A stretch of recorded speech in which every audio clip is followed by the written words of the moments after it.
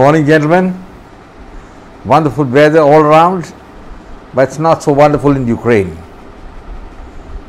And there's a terrible problem now. There's escalation, which I've been talking about for a long time.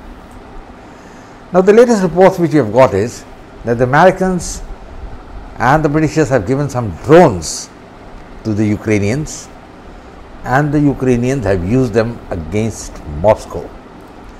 Now, it's not been a very big attack. It's a small attack, but the significance of this is very important in the sense Moscow is the capital of Russia and the Ukrainians have been able to hit it.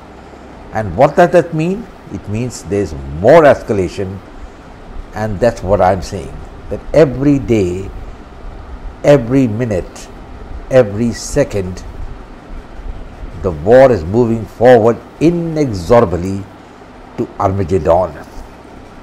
I don't think the Western powers have realized that they are playing with fire. Now, one can blame the Russians why they attacked Ukraine, but if you go through the genesis of the conflict, the Russian attack was inevitable after they faced the existentialist crisis with American bases and NATO powers all around them. It was about to happen.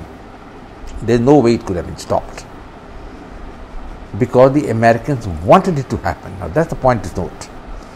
And right from the time of Bill Clinton, when they refused membership to NATO, of NATO to Russia, it was on the cards that the Americans would like to make Russia the enemy and destroy it.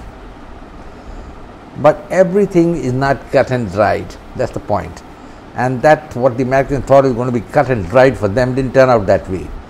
The Russians fought back, and they fought back well against the sophisticated weaponry being supplied by NATO to Ukraine. They've taken about 28% of the Ukrainian territory, and the war is, of course, escalated, and now the Ukrainians have attacked Moscow. The Ukrainians have denied it. I mean, you don't expect them to accept it that we did it. So it's a known fact that they did it, but they denied it. The Russians also know it, and the background is Uncle Sam sitting at the back. I think it's a very short-sighted policy. If you look at world history, so many errors have started, one after another, and that led to war at so many places, and then to destruction. Now, the earlier wars, and even the Second World War, were not so disastrous, in the sense the atomic bomb was not known at that time. And we know historically that the Americans used 2 atomic bombs on Japan and it collapsed. Absolutely. Of course, the Americans were very keen that they use these weapons on some Asian country as a test case. That's also a fact. So they used it on Japan, and they perhaps would have used it in China if the British Prime Minister not intervened way back in 1950-51. Well, gentlemen, the Ukraine war has got on. The next point is that the Ukrainian Navy has become zero. Their last warship has been hit and sunk. So Ukraine doesn't have a navy, and the Russians are going to have a free-for-all. It's in the Baltic Sea, and what is more likely is that there could be more missile attacks on Ukraine by Russia. I believe they did attack Kyiv yesterday in a massive night attack. But you know what is happening is that the missile attack alone cannot win you a war. That is the point which I must make out. You need the infantry soldier to hold the ground, and that is where the Russians are losing. They don't have the infantry soldiers to go and capture and occupy Ukraine. And some of their soldiers' morale is not very high either, because when you are winning, your morale is high, but when you are unable to win, your morale is low, and that's what happened to the Russians.